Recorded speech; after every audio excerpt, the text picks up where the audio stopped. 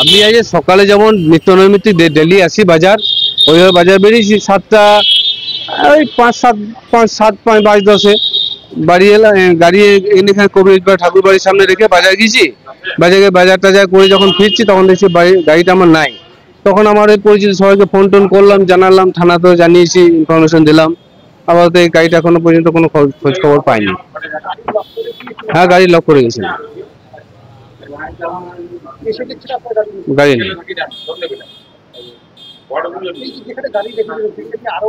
আরো অন্যান্য অনেক গাড়ি আছে, প্রত্যেক দিনের মতন আমি রাখি, এখানেও গাড়ি রাখাছি, যেমন আমি রেখেছিলাম আগে, অন্যদিন যেমন রেখেছিলাম।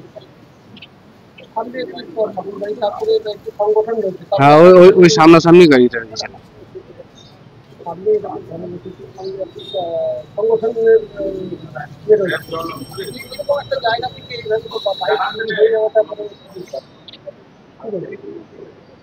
পূর্ব কিছু সুযোগ সন্ধানী ছিল, হয়তো সেইভাবে হয়তো লক্ষ্য রেখেছিল তারা, যে বিগত দিনে এরকম ঘটনা এখানে ঘটেছিল, তো যে আমাদের তৎপরতায় সব ধরা পড়ে যায় তখন।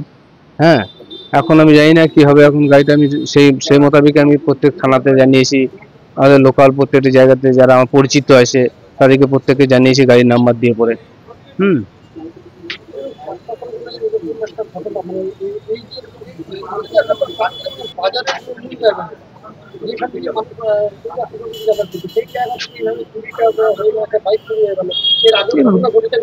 হ্যাঁ, দুঃখজনক ঘটনা, কি বলবো, এইভাবে নিয়ে চলে যায় মানুষ, স্বভাব নতুন রয়েছে হয়তো।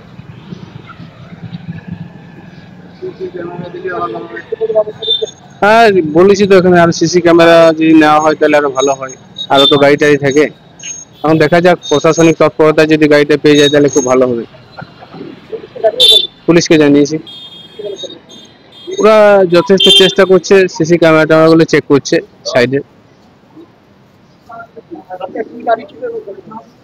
আমার গাড়ি হচ্ছে স্প্লেন্ডার পুরো, গাড়ির নাম্বার হচ্ছে WB54Q0775।